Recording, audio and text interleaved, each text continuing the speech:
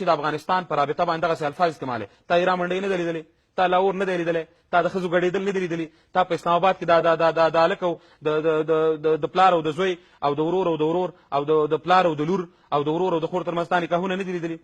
دا ستا میډیا نه وایي همدا ستا تلویزیون باندې چې کوم تلویزیون باندې تا خبرې کړې په همدې تلویزیون نه دي راغلي د ټولې دنیا دا لیدلې نه دي ته په هغې وخت کې چېرته وې چې ته داسې مذهبي سړی ځان ته وې یا د مذهبي اصولو نه ته ځان ته خبر وې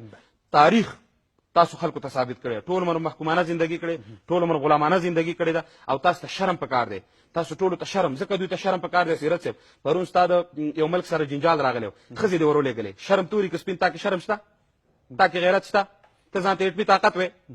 ښځې دې ورونه لېږلې تا ښځې هندوستان ته نه وې ورلېږلې هغوی ته دې ونه ویلې چې ورشئ د سولې پیغام ورته ویسئ نو نن که یو رئیس جمهور هغه ملک ته لاړه په جګو سترګو باندې لاړه یو افغان هلته په جګو سترګو لاړه دې کې څه تاوان دی تا خو پرون ښځې دې دپاره ورولېږلې بیرغونه دې ورته ورکړه چې سوله در سره کوم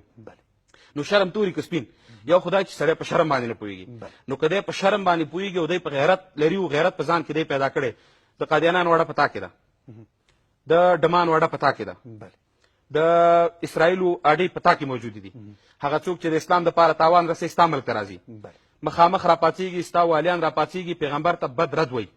بیا د یو چا د لاسه هغه مردارېږي بیا هغه کس راخلي ته هغه په دار باندې خېږي ټول عمر د اسلام ته تاوان رسولی ټول عمر د قرآن ته تاوان رسولی ټول عمر د مسلمانانو ته تاوان رسولی او اوس د وخت راغلی دی اله العالمین جل جلاله به باندې داسې عذابونه راولي چې بیا به ته د هغې تماشه تنها ته نه کوې بلکې ټوله دنیا به د هغې تماشه کوي